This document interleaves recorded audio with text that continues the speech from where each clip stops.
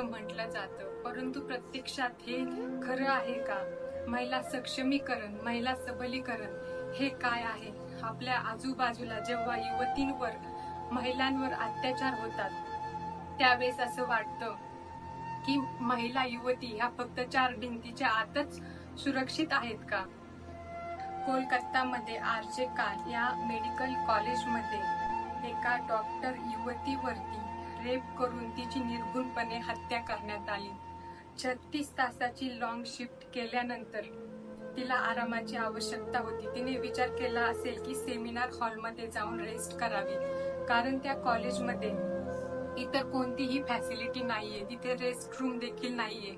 म्हणून ती युवती कॉलेजमधील सेमिनार हॉल येथे रेस्ट करण्यासाठी गेली, परंतु सकाळी तिथे तिची डेड बॉडी सापडली. रेस्ट करायला गेली असताना तिच्यावरती अन्याय अत्याचार झाला. त्या नराधमाने तिच्यावरती रेप करून तिची हत्या केली. त्यावेळेस तिच्या शरीरावर अत्यंत जखमा, डोळ्यात चष्म्याच्या काचा आणि तिचे शरीरातील अवयव हे तुटलेले.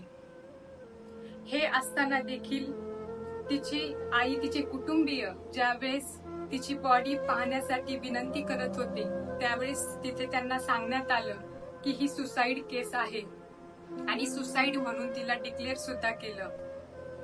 एका नराधमाला वाचवण्यासाठी सरकारी यंत्रणा ही कशी कामाला लागते याचं ज्वलंत उदाहरण. खरंच या नराधमाला जिवंत राहण्याचा काहीही अधिकार नाहीये. या माझ्या बहिणीला, माझ्या कुटुंबियांना आणि माझ्या सर्व युवतींना, महिलांना जर न्याय द्यायचाच असेल तर या नराधमाला कठोरात कठोर म्हणजे फाशीची शिक्षा दिली गेली पाहिजे.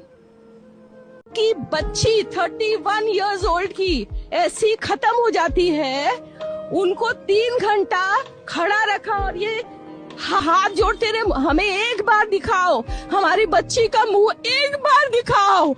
हमको नहीं दिखाया गया और ये पापा अपने dead body of the girl जिसके मुंह में खून था, फोटो, उन बच्ची का शरीर में कोई कपड़ा नहीं था, पैर दोनों राइट एंगल में मिला गया. राइट एंगल में एक पांव बेड के इस तरफ, एक पांव बेड के इस तरफ मिला गया. जब तक पेल्विक गर्डल नहीं टूटता है, इस तरह 2 पांव को नहीं चीरा जा सकता है. चश्मे को कूटा गया जिसके वजह से आंखों से खून निकल गया. गला दबाकर मारा गया.